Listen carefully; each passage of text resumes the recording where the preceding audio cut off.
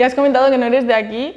¿De dónde vienes y qué te llevó a hacer tus estudios aquí? ¿Desde cuándo estás aquí estudiando y formándote un poco para tu profesión? Pues eso también es una... Bueno, cada uno tiene un poco su historia, mi historia.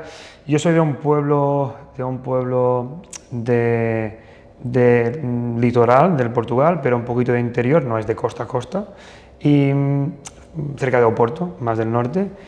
Bueno, en mi familia, como no había médicos, sí que estábamos relacionados con la sanidad. Mi hermana es odontóloga y mi hermano es optometrista, ¿no? Tiene ópticas, ¿no? Pero mi padre siempre nos decía, en plan cachondeo, pero nos decía que quería tener un hijo o cura o médico. Y yo decía, hostia, pues más bien médico que cura no me veo.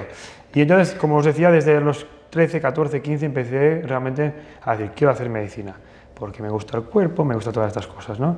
Y entonces eso se juntó un poco también a mis ganas de salir. Yo soy de un pueblo muy pequeño, ¿vale? Y lo más normal era que la gente se fuera a estudiar a Oporto, a Lisboa, bueno, a las ciudades más cercanas, y yo realmente bueno, yo quería cambiar de país, la verdad es que no sé por qué tenía esta, pero yo rollo, para salir, quiero salir e ir a otro sitio. Y ya había un poco de flujo de estudiantes que venían a estudiar a España, en Portugal, ¿vale? Porque es verdad que en Portugal había un cupo muy cerrado de medicina y había muy pocas plazas y digamos que la gente se tenía que quedar preparándose la selectividad muchos años, ¿no?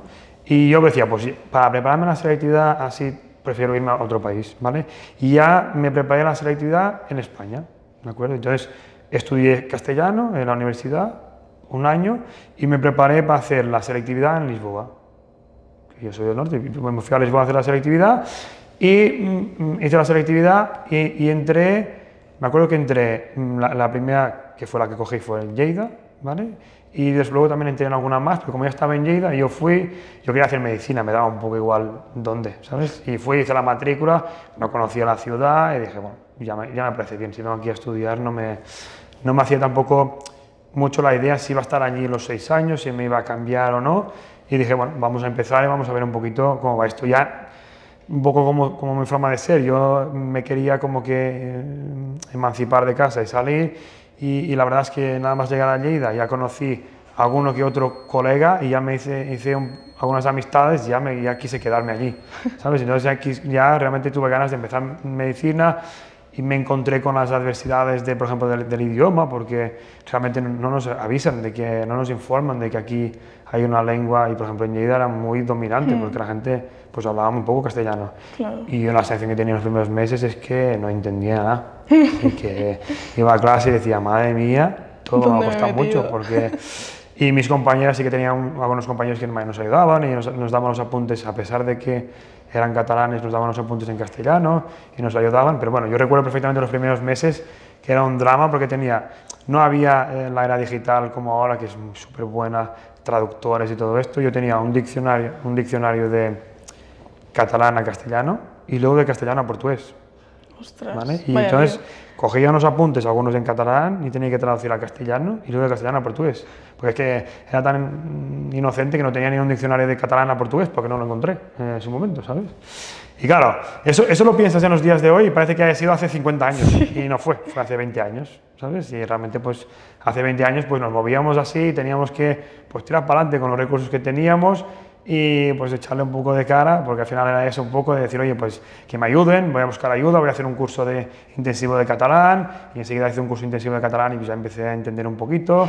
Pues la gente al final, pues como todos, es acogedor y nos han acogido siempre bien en todos los sitios que he estado. Y durante esos 6 años pues estudié medicina en Lleida, porque coincidió que mi pareja de aquel entonces, y mujer y madre de mis hijos actualmente, ya vino a estudiar también enfermería conmigo en Lleida, un poco para que yo no estuviera solo o para no perderme. Se vino a estudiar enfermería conmigo y ya hicimos un poco de piña los dos y nos quedamos los dos ya viviendo juntos y ya hicimos un poco la etapa esta académica, los dos juntos y ya luego tiramos hasta hacer el MIR, ¿no? Y cuando hice el MIR fue como que hice el MIR y ya empecé la especialidad pues aquí en Barcelona. Ostras, tremenda historia que tienes detrás. ¿Y cómo fue esto de coger de irte de Portugal a Lleida? ¿Tienes alguna anécdota así en el cambio de lengua? Porque los primeros días hasta que hiciste el intensivo de catalán, cuando salías con los amigos y de repente hablaban en catalán... Tengo muchos. Imaginaros lo que es que no sabía o sea, yo obviamente que sabía que había varias lenguas cooficiales en España, pero yo no sabía que la gente solo hablaba esa lengua, ¿sabes? Que es que tú... Y es una idea que aquí no tenéis. La gente fuera de España piensa que hay español, ¿sabes? La gente no sabe que castellano y por qué se llama castellano, porque si pensáis en otras lenguas se llama portugués de Portugal, inglés de Inglaterra, no, es todo así, ¿sabes? Y se dice español de España, ¿sabes? Entonces, claro, cuando llegas aquí dices, coño, es que realmente todo el mundo habla catalán, allí todo el mundo habla catalán. Y era como que estoy totalmente fuera de juego, ¿sabes? Porque ni entiendo las bromas, no sé si me están insultando, porque claro, te lo escuchabas hablando entre ellos y dices, me está diciendo que soy gilipollas, pues ya puede ser. Entonces, claro, eso te genera un poco de inseguridad que te obliga, obviamente, a decir, bueno, vamos a esforzarnos, voy a aprender el idioma, voy a intentar que me acepten y que me quieran explicar lo que hay.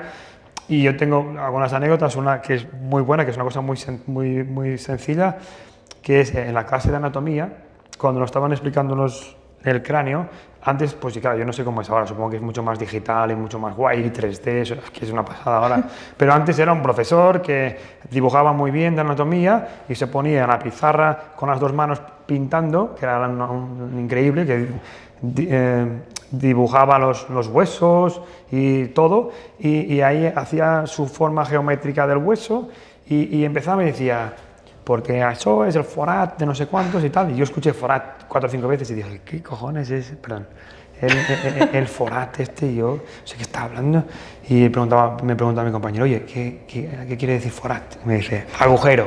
Y yo, vale, tampoco sabía lo que significaba agujero. ¿Sabes? Claro, que esto suena muy ridículo, pero era así. Y yo, vale, agujero, llegué a casa diciendo, voy al leccionario, a ver qué coño significa agujero. ¿Sabes? Que no teníamos los móviles, no teníamos nada. Y me quedé con la cara tonto diciendo, coño, si es los orificios, ¿no? Es que en portugués es totalmente distinto. Y entonces, cuando tienes una palabra que tú no entiendes y que ves que es importante, como que se te colapsa todo. Y dices, mierda, no estoy entendiendo nada, esta clase va de eso y yo no entiendo qué es lo que me están diciendo, ¿sabes? Y cuando lo ves dices, hostia. Pero bueno, son anécdotas lingüísticas que al final no son ninguna limitación ni ninguna barrera, ni mucho menos, y el que lo diga miente, sencillamente va como todo, con la personalidad que tienes que pues, entender, que en cada sitio pues, tiene una forma de expresarse, porque a veces no es tan solo que tengan un idioma propio, yo me he ido a zonas de España donde hablan un castellano un poco raro, y que tampoco lo entiendo, ¿sabes? Estaba en Cádiz y no entendía la mierda de lo que hablaban, y eso que supuestamente hablan en castellano, ¿sabes? En Galicia también hablan un poco más como yo los portugueses, ¿no? Los portuñol, y bueno, pues al final es aceptar eso, pues y bueno, y ya está. Bueno, pues sí, al final esa diversidad, ¿no? Al final yo creo que también te enriquece. Sí. Y te obliga a situarte, ¿no? Y a decir, oye, pues si es que yo quiero estar aquí, eso es un desafío más. Esta gente no, a mí, yo sentí desde un principio que obviamente no lo hacían para putearme, es que la forma como se expresan, ni cómo se hablan, ni tampoco, obviamente, van a condicionar su día a día por una persona que entra. Es decir, tú eres el que se tiene que adaptar un poco y hablar. Si vas a Inglaterra, pues tienes que aprender inglés, obviamente, pues lo mismo. Y una vez finaliza tu etapa en Lleida, ¿a dónde vas entonces? Entonces, en Lleida pues preparé ahí el MIR, que también era una cosa, yo era bastante, bueno, autodidacta y me gustaba tener las bases un poco, digamos, los libros que había que estudiar, pero luego gestionar un poco mi tiempo y mis horas, y entonces me preparé ahí el MIR sin irme a una academia presencial ni nada, y hacía en casa en el piso mis simulacros y todo esto.